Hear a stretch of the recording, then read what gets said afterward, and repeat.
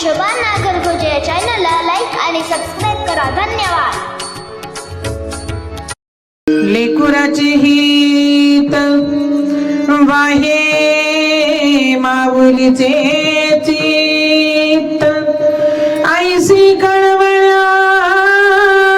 जाती घरी लावावी न प्रीती पोटी भारवाहे त्याचे सर्वस्वही साहे ऐसे कळवळ्याची जाती करी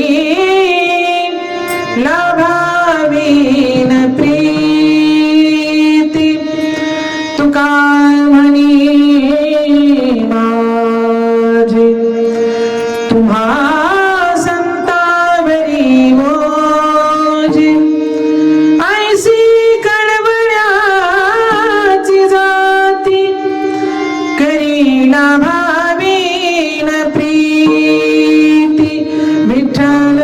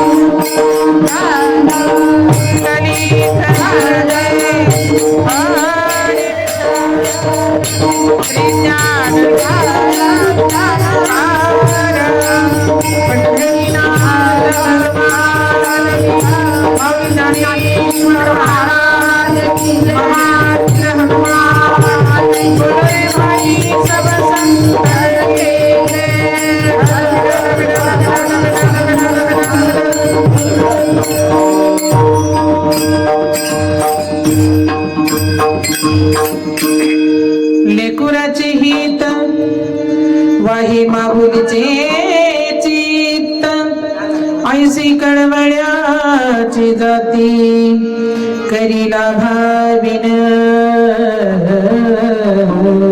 प्रीती.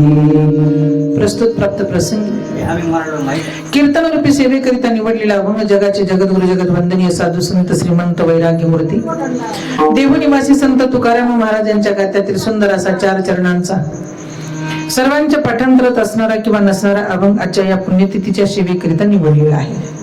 संत जगद्गुरु तुकोबा या मानवी जीवाला उपदेश करतात. काय उपदेश करतात? उपदेश या शब्दाचा अर्थ आहे उप म्हणजे अधिकार, देश म्हणजे पात्रता. ज्यांचा अधिकार असेल त्यांनी सांगावं, ज्यांची पात्रता असेल त्यांनी स्वीकारावं. अधिकार नसेल तर सांगता येत नाही, पात्रता नसेल तर स्वीकारता येत नाही.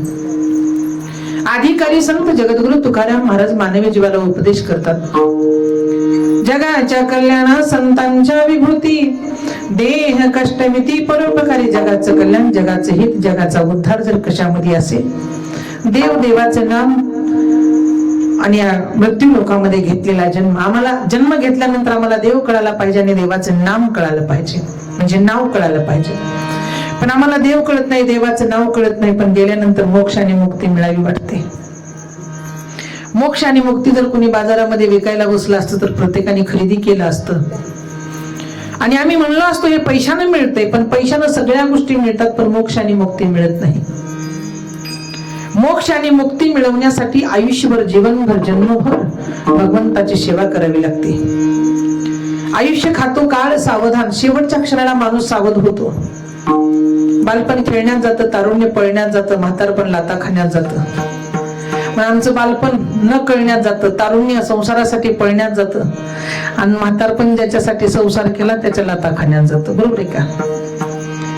म्हणून जेणेकरून दोघांची सेवा ज्या जीवाला घडली त्या जीवाला मोक्ष मागायची गरज नाही, मुक्ती मागायची गरज नाही. आम्हाला दोघांची सेवा घडली पाहिजे. एक ज्याने जन्म दिला त्या मायबापाची घडली पाहिजे आणि दुसरी ज्याने जन्माला पाठवलं त्या देवाची घडली पाहिजे.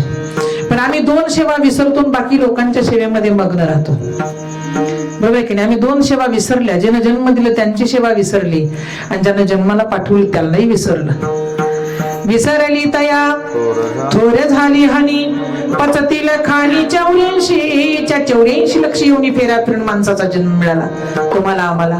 पण आम्ही त्याचं काय केलं? मात्र केलं. मात्र काय? आम्हाला योग्य मार्ग मिळाला नाही, योग्य लोक मिळाले नाही, योग्य वेळ आम्हाला सापडली नाही, म्हणून आम्ही संधीचं सोनं केलं नाही, संधीचं लोखंड केलंय. विठाला विठाला विठाला विठाला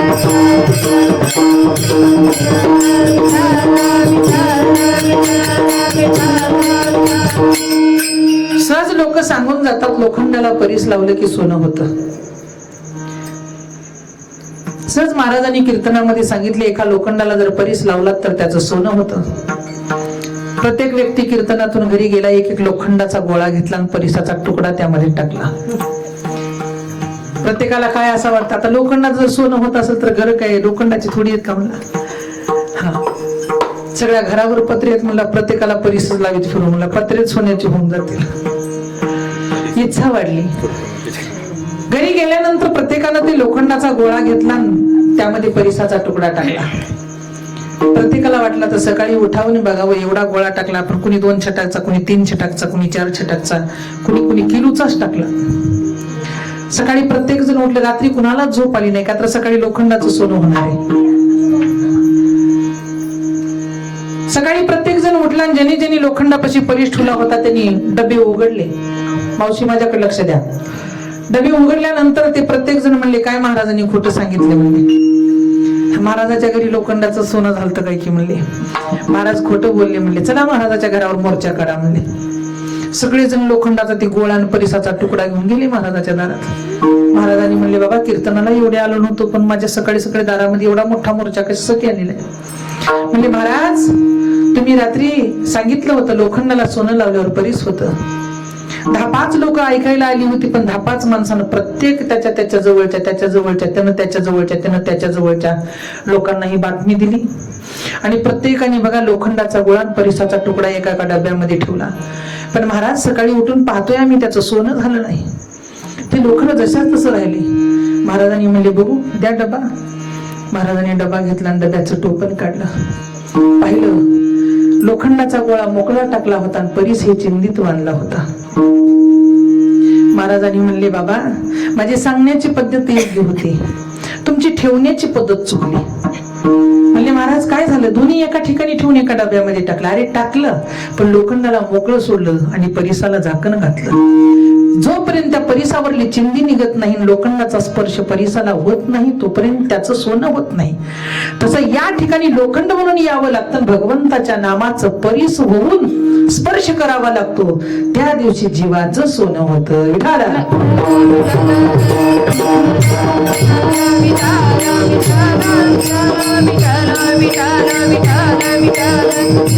तुकोबारायांनी त्याचा सुद्धा निषेध केला. नकोय सोने नाणे आम्हा मृत्तिके समान नकोय, पण काय पाहिजे? नाम एक असं आहे, जयाची द्वारी सोन्याचा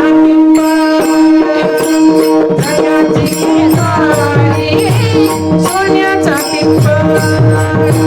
जयाची द्वारे सोन्याचा पिंपळ, जयाची द्वारे सोन्याचा पिंपळ, जयाची द्वारी सोन्याचा जयाची द्वारी सोन्याचा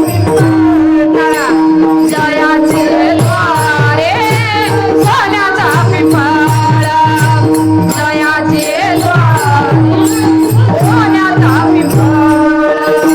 पाणी ऐसे रे रामे, पाणी ऐसे रे रामे, दया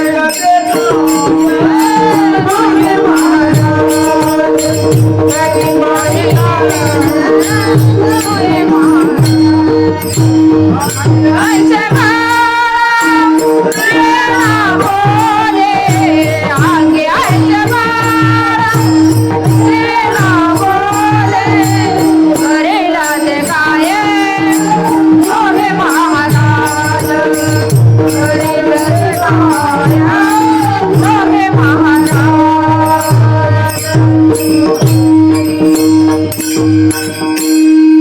ज्ञानोबा म्हणतात परी पाहे बीज शुद्ध अंगी. इथं येणारा व्यक्ती लोखंडासारखा जरी असला तरी इथं आल्यानंतर परीच झाला तर त्याचं सोनं होतं, आणि इथं येऊन सुद्धा जर लोखंड राहिला तर त्याचं सोनं होत नाही. मृत्यू लोक एक अशी गोष्ट आहे की इथं प्रत्येकालाच येता येत नाही. पुण्य असेल त्यालाही येता येते, वासना असेल त्यालाही येता येते, आणि पाप असेल त्यालाही येता येतं.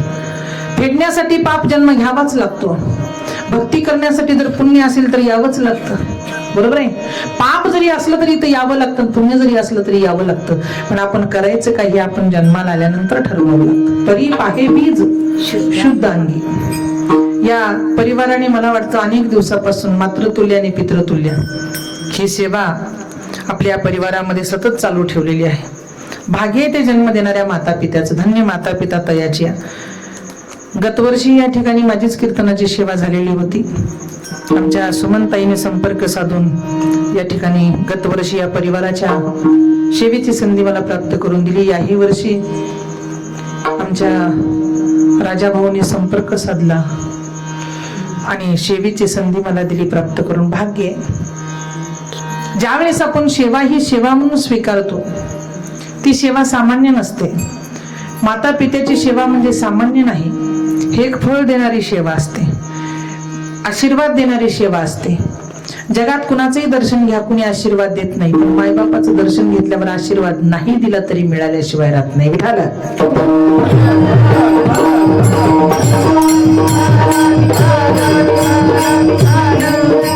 वैकुंठवासी संभाजी सत्तोबा वाघमारी यांची 25वी पुण्यतिथी आहे, म्हणजे सुवर्ण महोत्सव थोडक्यात, आणि सगळ्या महिला मंडळांचा हरिजागर.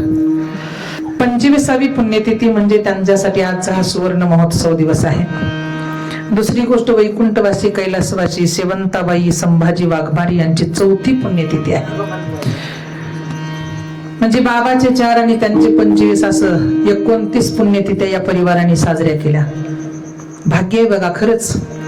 कुणी देवाची सेवा करील पण मायबापाची सेवा कुणीच करणार. झाले गेले, गोड जेवण केलं, दिवसाचं केलं, वर्षश्राद्ध केलं, पुण्यतिथी करायची काय गरज आहे. सहज माणसं बोलून जातात का नाही. अरे पण त्या माता पित्याने किती पुण्य केलेलं असेल. देह काळाचे धन कुबेराचे तिथे मनुष्याचे काय आहे. माणूस जाताना काही घेऊन जात नाही, येताना काही घेऊन जात नाही असं तुम्ही आम्ही सांगतो. पण मला असं सांगावं वाटतं, येताना माणूस देव घेऊन येतो आणि जाताना माणूस देवाचं नाव घेऊन जातो, त्याचीच पुण्यतिथी होते. विठाला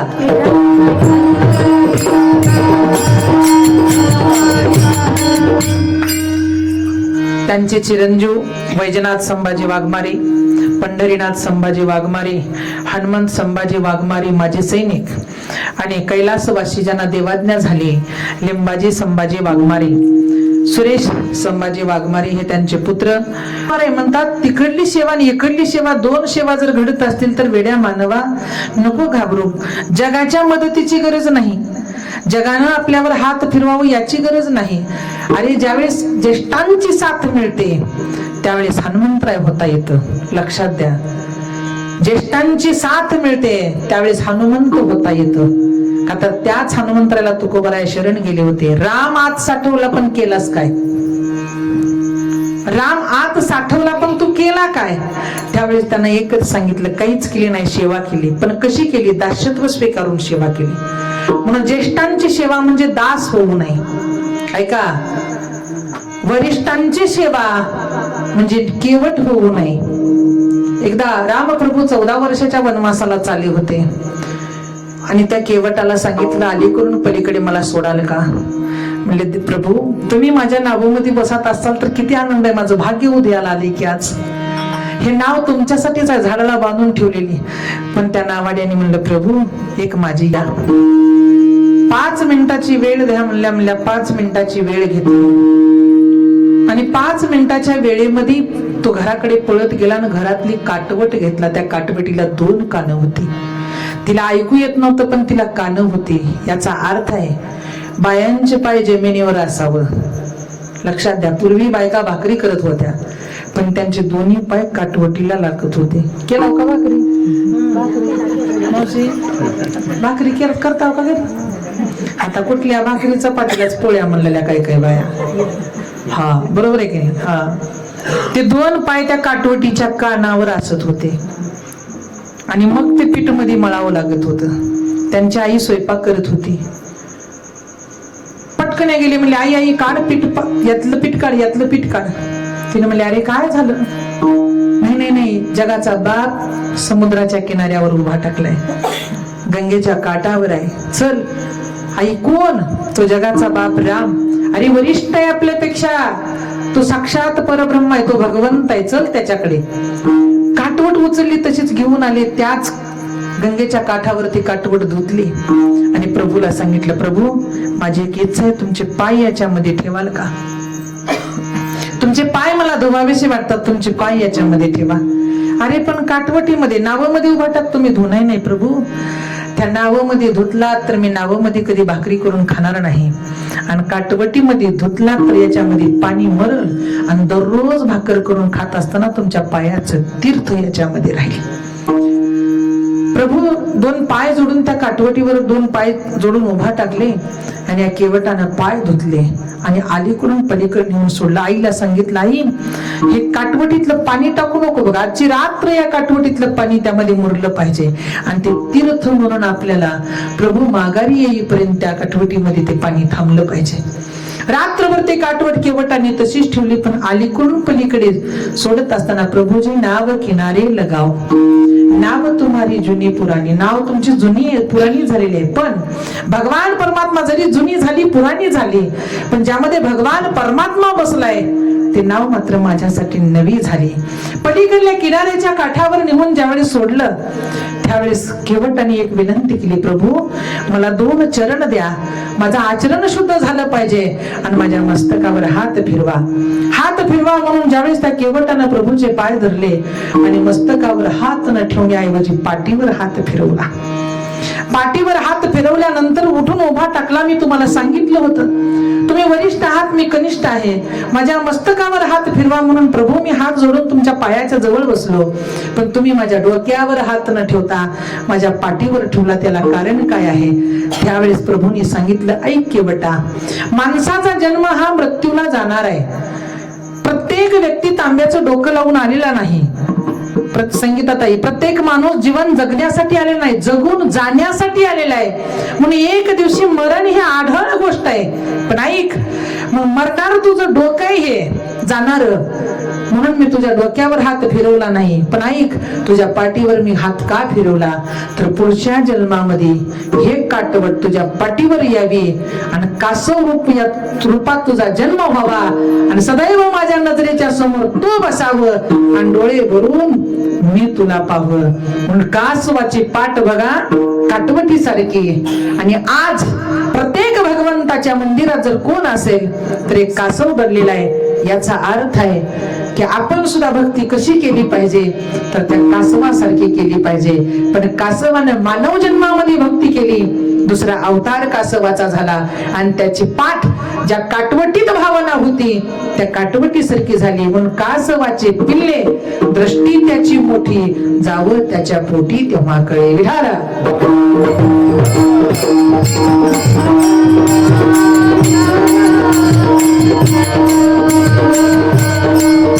म्हणून जीवनात आपला संगत अशा व्यक्तीची घडली पाहिजे की त्याच्याकडे ज्ञान असलं पाहिजे, वैराग्य असलं पाहिजे. पण आमच्याकडे सगळ्या गोष्टी येतात पण ज्ञान वैराग्यच नाही महाराज. आम्ही पळतोय पळतोय पळतोय पळतोय पळतोय पण या पळण्याचा उपयोग कुठंच होई नाही. सशासारखी कासवासारखी माणसाची गोष्ट झाली. पळून पळून पळून पळून ससा हारला आणि शांत चालून कासव जिंकला. अशी तुमची आमची जीवन यात्रा चालू झाली. मग तुम्हाला आम्हाला काय मायबापाने काय देऊ हे दोन्ही कळत नाहीत. माफी मागून बोलते. बरेचसे लोक म्हणतात सगळं मिळावं पण नको रे बाबा ती मायन बाप, अशी अवस्था चालू आहे. द्या मायबापाचं धन आम्हाला, राहू द्या मायबापाने लावलेली नोकरी आम्हाला, राहू मायबापांना बांधलेला बंगला आम्हाला, पण नको हो मायबाप, ही अवस्था निर्माण झाली. पण ऐका, खर तरी आपल्या कुटुंबात एखादा संत जन्माला यावा, आपल्या घरामध्ये एखादा ग्रंथ असावा, घरात एखादा ग्रंथ असावा, कुटुंबात एखादा संत असावा, बांधावर एखादं झाड असावं, गोठ्यात एखादी गाय असावी, आणि आपल्या घरात आपल्याला आशीर्वाद देणारे बाप आणि माय असावे.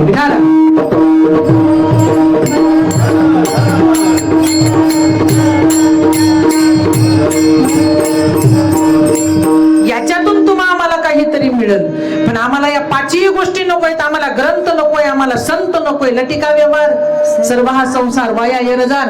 गेलं का भजनाला गेलं, आलं का भजनाहून आलं, झालं की नाही. आपली अवस्था अशी झाली. नाही, आपल्या लोकांनी चांगलं म्हणावं याच्यासाठी आपलं कीर्तन नसावं, लोकांनी चांगलं म्हणावं याच्यासाठी आपलं भजन नसावं, लोकांनी चांगलं म्हणावं याच्यासाठी आपलं नटन नसावं, देवाने चांगलं म्हणून जवळ घ्यावं याच्यासाठी जगणं असावं. जगणं देवाला आवडणारं असावं, आमचं भजन देवाला आवडणारं असावं, आमचं कीर्तन देवाला आवडणारं असावं. जे देवाला आवडतं तेच तुम्ही आम्ही केलं पाहिजे. खरं सांगा, नवऱ्याला आवडणारी जर भाजी केली तर नवरा किती भाकरी खाईल? मावशी, राजा भाऊलाच विचारू. मालकीनीनं जर आवडणारी भाजी केली तर किती भाकरी खातो आपण? 2 खातो. आणि नाही आवडणारी केली तर अर्धी बी जात नाही. बरोबर आहे. शोभाताईच्या मालकाला विचारू, आवडणारी भाजी केल्यावर किती जेवतो भाऊ माणूस? पोटभर जेवतं. आणि नाही आवडणारी केल्यावर अर्ध्या पोटानं उठतं. मग आपली जीवन यात्रा आहे, जे आपण जगतो, हे जगाला आवडणारं असावं का देवाचं पोट भरणारं असावं? देवाचं पोट, भगवंताचं पोट भरणारं जगणं असावं. मग नाहीतर मग भजन ते नोहे वंगळवाणी नरका जाणी चुकीला. मग आमचा परमार्थ स्वर्गाला जात नाही, नरकाला जातो. मग आम्ही केलेलं अन्नदान स्वर्गाला जात नाही, नरकाला जातं. आम्ही केलेलं वस्त्रदान स्वर्गापर्यंत येत नाही, अर्ध्या वाटेत गळून पडतं. आमच्या सोबत येणारी भक्ती करावी, आमचं कल्याण करणारी भक्ती करावी, आमचा विजय करणारी भक्ती करावी. आणि ज्या दिवशी कल्याण करणारी भक्ती, विजय करणारी भक्ती जर तुम्ही आम्ही केलात तर ऐका, अरे गेल्यावर सुद्धा आपले मायबाप तुम्हाला आम्हाला आशीर्वाद दिल्याशिवाय राहत नाहीत. अभंगाच्या पहिल्या चरणामध्ये हो हो हो हो लेकुराचे हिता, लेकुराचे हिता, लेकुराचे हिता, लेकुराचे हिता.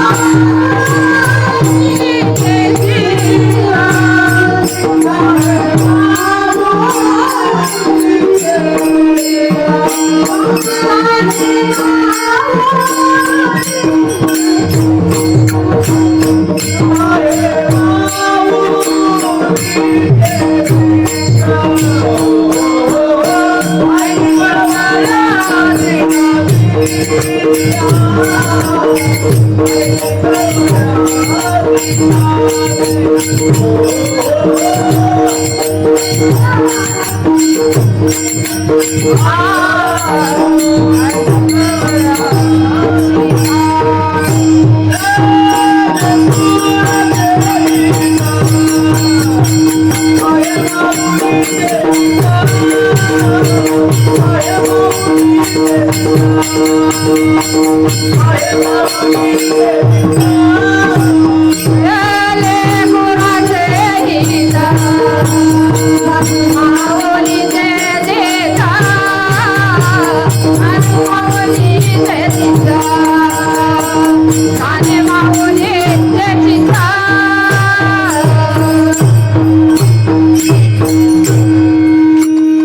संत जगद्गुरु तुकोबाराया म्हणतात, लेकुराचे हित वाहे माऊलीचे चित्त किंवा जाणी माऊलीचे चित्त.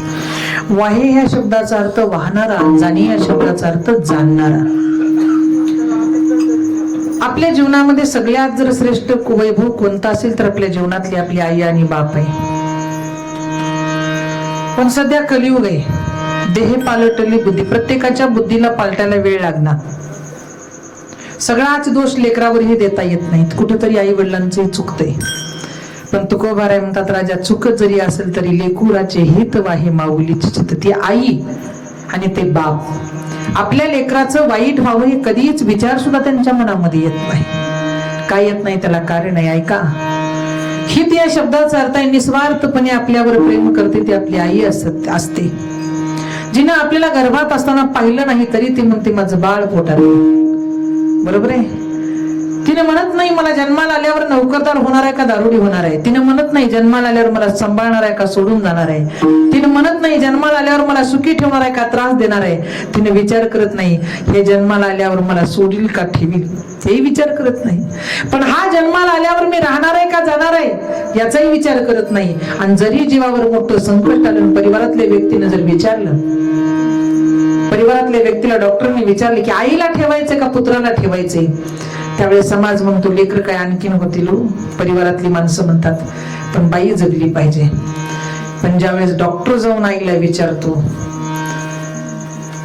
की एक तर तुम्ही वाचाल नाही तर तुमचं लेकरू वाचल, त्यावेळेस ती आई डोळे उघडून म्हणते नाही हो डॉक्टर साहेब, मी मेले तर चालेल पण माझं लेकरू वाचलं पाहिजे. जिनं त्याला पाहिलं नाही, जिनं त्याला कधी विचारही केला नाही त्याचा, तर त्याला जगवण्याचा प्रयत्न करते. त्याचं नाव आई आहे. आणि ऐका, ज्या जगावर आपण आई बाप सोडून निस्वार्थ प्रेम करतो ती कधी आपल्याला जगवण्याचा प्रयत्न करत नाही, लक्षात ठेवा. पण आपल्या हिताचा विचार जर कोण करत असतील तर आपले आई बाप आहेत. आणि आपल्या हिताचा विचार जर दुसरे कोण करत असतील तर ते संत आहेत. आणि हे दोन व्यक्तिमत्व असे आहेत, एक त्यांची सेवा घडली पाहिजे, नाही घडली तर चालतं देवाची, पण कमीत कमी संतांची.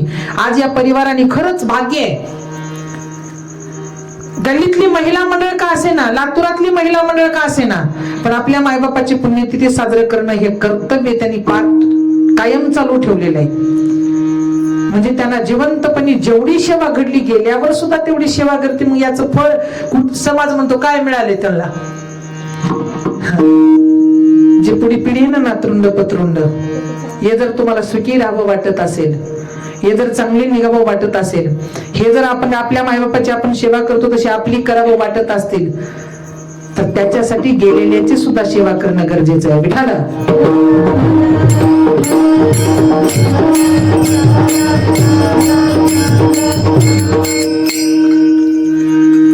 म्हणून आपल्या हिताचा विचार जर कोण करत असेल तर आपली आई म्हणून, आणि हिताचा विचार जर कोण करत असतील तर संत आहेत. काय झालं, एकदा या मृत्यू लोकांमध्ये आपण जे जे करतो ते स्वर्ग लोकांमध्ये तो आम्हाला मिळतो. जे मृत्यू लोकांमध्ये करतो ते स्वर्ग लोकांमध्ये मिळतं. लक्षात ठेवा, पाप जर तुम्ही इथं केलात तर पाप सुद्धा तुम्हाला स्वर्ग लोकातच फेडावं लागतं. आणि इथं जर पुण्य केलात तर स्वर्ग लोकात चांगलं स्थान मिळतं. 33 कोटी देवतांची सभा भरली आणि त्या सभेमध्ये जे 100 कौरव मेले होते ते 100 कौरव एका बाजूला होते आणि 5 पांडव एका बाजूला होते. लक्ष द्या मावशी, 5 पांडव एका बाजूला, 100 कौरव एका बाजूला, मेलेले बरं गेलेले. त्यामध्ये इंद्रदेव उभा टाकले. हा महिना एवढा पवित्र आहे, ही पंधरवाडा या पंधरवाड्यामध्ये हा कार्यक्रम येणं, पुण्यतिथी म्हणा, वर्षश्राद्ध म्हणा, दिवसाचं म्हणा, गोडजेवण म्हणा, त्यांना पुढच्या वर्षी जेवायला बोलवायची गरज नसते. त्यांच्यासाठीच हा भाद्रपद महिना म्हणजे पंधरवाडा असतो. त्याला आपण पितृपक्ष म्हणतो. त्या पितृपक्षामध्ये जर गेलेल्या लोकांचा कार्यक्रम झाला तर त्यांना पुढच्या वर्षी बोलवायची गरज नसते. ते आपोआप या महिन्यामध्ये येतात. का तर त्यांना महिनाच एवढा मोकळा आहे की येणं आणि जाणं चालू असतं. तसं त्या या महिन्यामध्ये त्या दोघांना भोजन आलं. एक दुर्योधनाला ताट आलं आणि एक कर्णाला ताट आलं. पण ज्यावेळी दोघांच्या पुढे ताट ठेवलं गेलं, कर्णाच्या ताटामध्ये सोनं आलं. का तर कर्णानं आयुष्यभर इथं सोनं दान केलं होतं. बरोबर आहे, सोनच दान करत होतं. 4 माणसं कधी जीव घातले नाही. हे कोण करा उठा ठेवा. आता बरेचसे लोक म्हणतात कोण घरी बोलवा, कोण उठा ठेवा करा, चला मंदिरातच पावती फाडू 10,000ची. असं बरेचसे लोक म्हणतात. बरं कोण घेवा खटाटोप करणं. याच्या पुढे जाऊन बोलते खा जीव घालायचे, चला पंढरपूरला बसलेला त्या दारात देऊ तिथं 10-5 रुपये, असं म्हणणारी लोक आहेत. सोन्याचं ताट कर्णाच्या पुढे ठेवल्यानंतर कर्णाने ते ताट पाहिलं आणि 14 प्रकारचे पदार्थ दुर्योधनाच्या समोर होते. किती प्रकारची घालताव का माळे, राहते का माळ, किती पदार्थ करता जेवायला. 14 पदार्थ महाराला सांगितले. 14 पदार्थ पात्रावर असलं पाहिजे. तसे 14 पदार्थ. म्हणून ते भाज्या केल्या जातात वेगळ्या वेगळ्या वेगळ्या वेगळ्या. जी करतो ना आपण भाज्या, ते पोळी आमटी दूध, आता सांगत नाही पुन्हा सांगते, मला बोलवून विचारा. तसं 14 पदार्थ दुर्योधनाच्या ताटात आले आणि खाली सोन्याची बिस्किट कर्णाच्या ताटात आली. कर्णाने पाहिलं, म्हणला देवा हे काय आणलंय, मला भूक लागली जेवण्यासाठी, काय ठेवले, माझं काय तुम्हाला वाईट करायचं का. म्हणले सोनं खाऊ घालून, माझ्या हिताचा विचार करा, मला अन्न खाऊ घाला, थोडं अन्न खाऊ घाला. म्हणल्यावर नाही, देवाने मान हलवली नाही. म्हणले का नाही, तू जे मृत्यू लोकांमध्ये केला ते तुला इथं मिळणार आहे. काय केलं तू, पाप केलास. म्हणले सोनं वाटलं, सोनं दान दिलं, मग तुला इथं खायला काय अन्न मिळणार आहे का, तुला सोनंच मिळणार आहे, म्हणून सोनं खा. यानं म्हणला देवा, इंद्रदेव येऊन पुढे उभा टाकले. इंद्रदेवा या दुर्योधनानं तर किती पाप केले हो. म्हणले एक स्त्री भर सभेत ओढून आणली, तिचं वस्त्रहरण करण्याचा प्रयत्न केला, पण भगवंत तिच्या पाठीशी होता. मागे पुढे उभा राहा, हे संभाळीत आली आघात निवारा आहे, तिला त्यातून सोडवलं. आणि त्याच्या पुढे आज 14 प्रकारचे पदार्थ तुम्ही ताटात ठेवलात, त्याला एवढं अन्नदान दिलं. नाही म्हणले, त्याच्या सर्वांगानं पाप केले पण एका बोटानं पुण्य केले. म्हणले काय पुण्य केलं, त्याच्या दारामध्ये ज्यावेळेस व्यक्ती मागायला येत होता, भिकारी, गरीब, रोगी, ज्याला घर नाही, ज्याला अन्न नाही, निवारा नाही, वस्त्र नाही, असा व्यक्ती दारात मागायला यायचा. दुर्योधनाचा महाल पाहिजे आणि लोक त्याच्या दारात मागायला जायची. दुर्योधन पळत बाहेर यायचा. ए थांब थांब थांब. समोर पांडवाची झोपडी होती. तिथे जा, तिथे तुला वस्त्र मिळेल, तिथं जा तुला अन्न मिळेल, तिथं जा तुला पाणी मिळेल. आपण म्हणतो बघा, पुढी हो पुढी हो पुढी, जा तिकडं हो पुढी, असं म्हणतो का. तसं यानं बोटानं त्यांना हो पुढी म्हणायचं नाही, असं बोटानं दाखवायचं तिथं जा. आणि त्या खरंच 5 पांडवाची पत्नी, तिनं घरात अन्न नाही राहिलं तर चालेल, पण असलेलं शीत ना शीत आणून द्यायची. वस्त्रदान दिलं, अन्नदान दिलं. आणि ज्यावेळेस सगळं हे दान दिलं प्रत्येक दारात येणाऱ्या व्यक्तीला, तसं इंद्रदेव म्हणू लागले, याच्या सर्वांगानं पाप केलं तिच्या व्यक्तिमत्वासाठी, द्रौपदीसाठी पाप केलं, तिला भरसभेत ओढून आणलं. पण ज्यावेळेस याच्या एका बोटानं द्रौपदीची झोपडी दाखवली, त्यावेळेस त्याच द्रौपदीनं अन्नदान केलं, त्याच द्रौपदीनं वस्त्रदान केलं, त्या द्रौपदीनं सर्वस्व दान या मृत्यू लोकांमध्ये केलं. म्हणून ऐक, याच्या दुर्योधनाच्या सर्वांगाने पाप केले पण या बोटानं पुण्य केले. पांडवाचं घर दाखवून एका बोटानं पुण्य केलं. म्हणून ऐक कर्णा, या 4 बोटानं जेवता येत नाही रे. हे 14 प्रकारचे पदार्थ खायचे झाले तर याची मदत घ्यावी लागते, या बोटाची. मग हे पुण्यवान आहे म्हणून त्याच्या ताटात 14 आहेत. आणि तू सोनं वाटून पाप केलास म्हणून तुझ्या ताटात सोनं आहे बघ. एका बाजूला हित आहे आणि दुसऱ्या बाजूला अधोगती आहे. मग तुला करावं काय हे कळालं पाहिजे. म्हणून या मृत्यू लोकामध्ये, या पंधरवाड्यामध्ये आम्ही अन्नदानही केलं पाहिजे आणि आम्ही नामदानही केलं पाहिजे. त्यावेळेस अन्नदान करतो त्यावेळेस देह पंढरपूर होतो आणि नामदान करतो त्यावेळेस परमात्मा या. 1 वर्ष श्राद्ध केलं की तुम्ही आणि म्हणतो गोड जेवण केलं की म्हणतो बापाच्या ऋणातून मुक्त झालो, आईच्या ऋणातून मुक्त झालो. तसं तरी आपण जन्मभर, जीवनभर, आयुष्यभर त्यांच्या ऋणातून मुक्त होत नाही. पुण्यतिथी गोड जेवण वर्षश्राद्ध केलं म्हणजे ऋणातून मुक्त होतो का? माणूस होत नाही. माझे झाले गया वर्जन फिटले पितराचे ऋण, त्याच्या ऋणातून कधी मुक्त होतो? ज्यावेळेस आपण जोपर्यंत आहे तोपर्यंत आपल्या मायबापाची पुण्यतिथी केली आणि आपण गेल्यावर आपल्या लेकरानं 3 पिढ्याची केली, आजा पंजानी बाप, मग ते त्याच्या ऋणातून मुक्त होतो. काही काही गावामध्ये पद्धत आहे 3 पिढ्या जीव घातल्या जातात या पंधरवाड्यात. आज्यालाही बोलवलं जातं, पंजालाही बोलवलं. तुम्ही म्हणसाल गेलेल्याला बोलवलं जातं. गेलेले आल्यावर कोण जीव घालायला की त्यांच्या नावानं घालावं लागते. बरोबर आहे का मावशी? तुम्ही म्हणसाल ताई माय 3 पिढ्या म्हणजे 3 पिढ्या येताला कशा असं वाटेल तुम्हाला. पण ती आल्यावर आपण ती पुढी वाढायला बसत नव्ह की का बसताव? बसत नाही. हा, तसं त्यांच्या नावानं आजा घातला पाहिजे, पंजा घातला पाहिजे, आपला बाप घातला पाहिजे, 3 पिढ्या घातलं पाहिजे, तेव्हा त्याच्या ऋणातून मुक्त होतो. आपल्याच माता पित्याला घातल्यावर सुद्धा ऋणातून मुक्त होत नाही.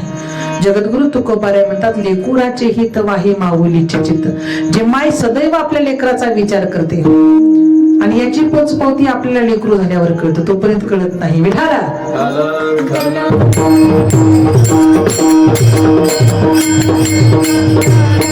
म्हणून दोघांचे शिवाय जेने जीव दिला दान करीन तयाचे चिंतन जग जीवन नारायण गाईन गुण तयाचे.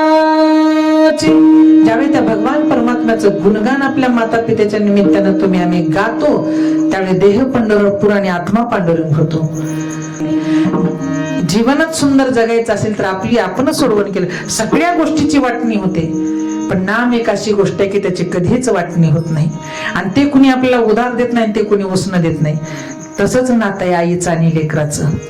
आई गेल्यावर सगळं जग आपली आई होतंय. त्या क्षणाला रडू नको ग माय मी तुझी आई आहे, रडू नको मी तुझा बाप आहे. प्रत्येक जणाच्या मुखातून हे वाक्य येतात पण आपल्या आईची जागा आणि आपल्या बापाची जागा जगात कोणीच घेऊ शकत नाही. म्हणून तुका म्हणे माय बापे अवघी देवाचे स्वरूपे. देवात आणि माता पित्यामध्ये अंतर नाही. म्हणजे हिताचा विचार करतात ते मायबाप असतात ऐका आणि यशाचा विचार करतोय तो भगवान परमात्मा असतोय. म्हणून नाव मायबापाचं घ्यावं लागतं आणि टाळी भगवंताच्या नामानं वाजवावी लागते. एकच टाळी झाली, टाळी झाली चंद्रभागे वाळवंटी. एकच टाळी झाली, टाळी झाली चंद्रभागे वाळवंटी. एक नाव आणि नाम दोन सेवा घडल्या की एकच टाळी झाली चंद्रभागे वाळवंटी. माझा ज्ञान राजा गोपाळाशी लाह्यावटी. आपोआप मुखातून लाही ज्यावेळेस नाम हे जातं त्यावेळेस या देहाची लाही होते. बीज बाजूने केली लाही आम्हा जन्म मरण नाही. आम्हाला जन्मही नाही ना आम्हाला मरणही नाही. पण आम्ही सेवा कुणाची केली? जन्माला पाठवणाऱ्याची, जन्म देणाऱ्याची, दोघांची सेवा केली. बाकीची सेवा आम्हाला आवडली नाही म्हणून लेकुराचे हित वाहे माऊलीचे चित्त. लेकराची चिंता आईलाच असते, जगात कुणाला नसते. वाहे माऊलीचे चित्त. पण बरोबर आहे आमची माय आहे, आमचा बाप आहे, पण त्यांच्याकडे यांच्यापेक्षा काही शिल्लक आहे का? काय आहे तर प्रत्येक जण म्हणतो आमचा गुरु तशाच प्रकारचे. जाणतेने गुरु भजिजे हे कृत्य कार्य होईजे. मूळ सिंचने सहजे शाखा पल्लव संतोष. आहे गुरु, आहे गुरुचं अधिष्ठान, आहे गुरुची सेवा, पण माफी मागून बोलते माता पित्यापेक्षा कमीच. विठाला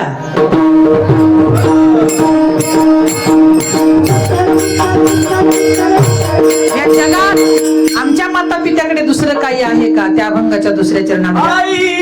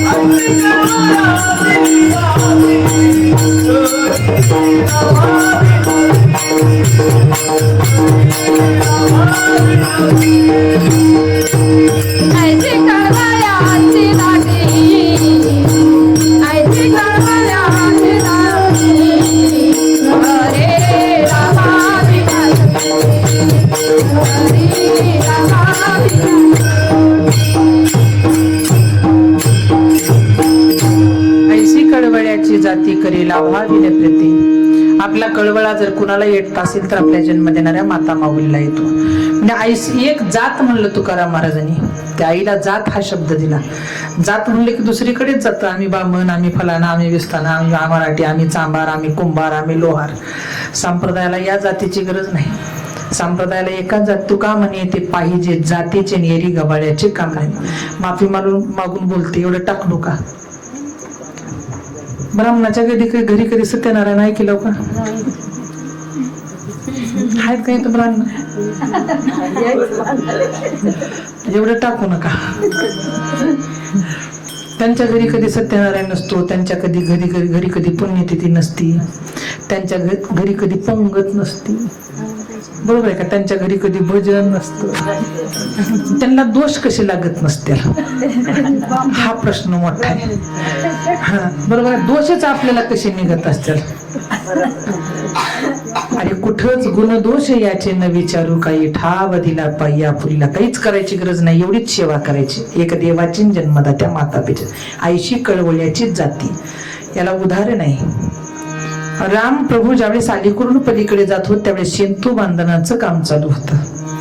वानरांनी धोंडे टाकून सेतू बांधला गेला, पण त्यामध्ये राहिल्या सांधी. एक खडोळी नावाची जात सांगले बरं, ते झाडावर बसली होती. जाती सांगितली तुकोबारायने. तिनं पाहिलं, ती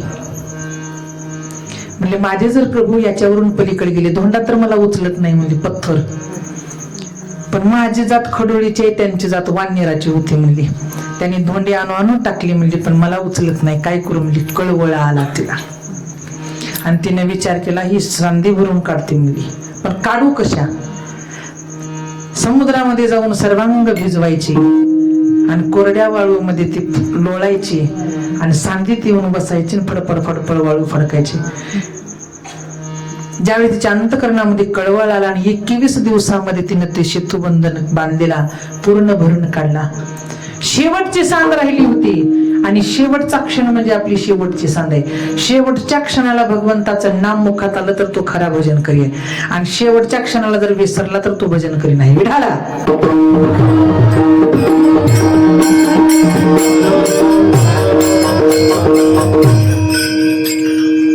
दोन गोष्टीचा विसर पडला की भजन मुखात येते, मरते समयाला सुद्धा. एक विसरावं लागतं आयुष्यामध्ये कमावलेली संपत्ती, आणि दुसरं विसरावं लागतं मरताना आपली जन्माला घातलेली संतती.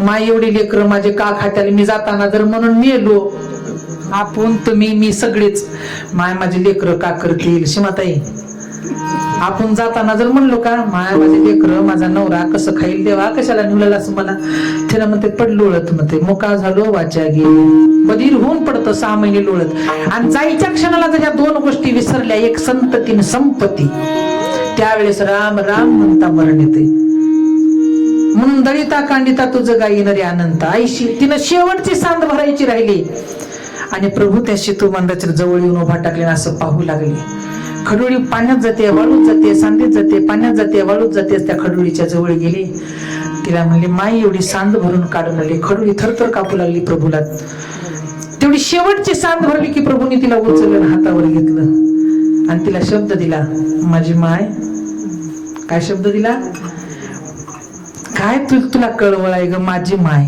ऐका ज्याला कळवळ आहे त्याला माय म्हणलं जातं माझी माय तुला काय कळवळ आला सगळ्या संधी भरून काढलीस याच्यातून मी तुला काय देऊ तिने म्हणले प्रभू मला काहीच नका या जन्मातून मोठराई होण्यासाठी मी हे केलेलं काम आहे तुम्ही द्यावं म्हणून मी केलेलं काम नाही म्हणून पुण्यतिथी परिवार आपल्या माता पित्यांनी वरून आम्हाला काही पाठवावं पोस्टानं म्हणून नाही आम्ही जे जगतोय त्याच्यात कृपा आशीर्वाद असावं म्हणून प्रभू तुमचा आशीर्वाद द्या नाही माय मी तुझ्यावर एक छाप सोडतो म्हणले आजही बघा खडुळीच्या अंगावर समोरल्या मस्तकावर 3 बोट जी ठेवले आणि शेवटपर्यंत ओढले त्या खडुळीच्या अंगावर आज रामप्रभूच्या 3 बोटाचा पट्टा तिच्या अंगावर आहे म्हणजे छाप आहे छाप म्हणून आपले मायबाप आपल्या पाठीवर जाऊन सुद्धा जर छाप मारत असतील त्याला जात शब्द वापरला आईशी कळवळ्याची जाती कधी लाभाविन प्रीती कशाची अपेक्षा नाही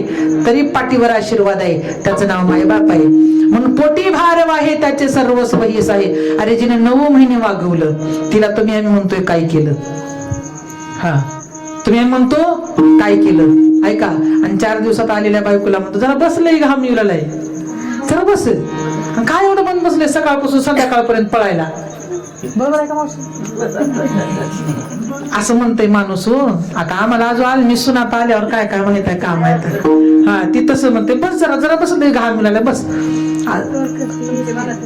पोटी भारव आहे त्याचे सर्वस्व ही कशाची मावशी दोन्ही नोकरदार आहे तर कशाला राहणार आहेत माझ्यापाशी विठाला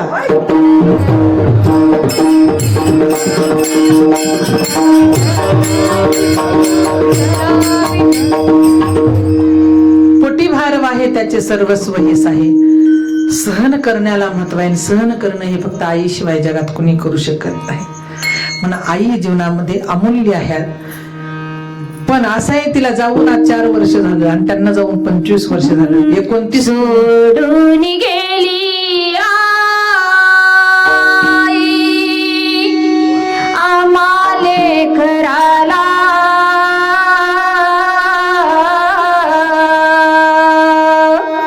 सोडून गेली आई आम्हाले कराला आई आई आई आता म्हणू मी कुणाला आई आई आई आता म्हणू मी कुणाला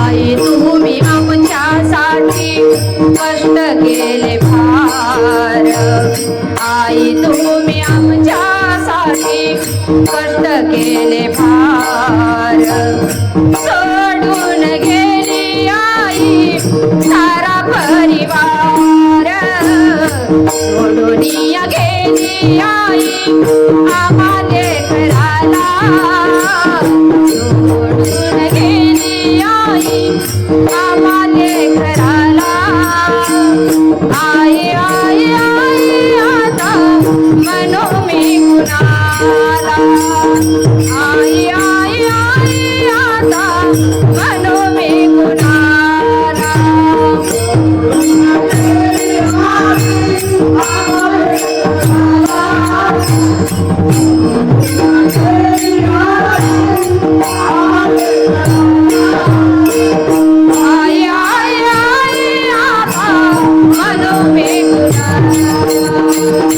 आई आई आई आई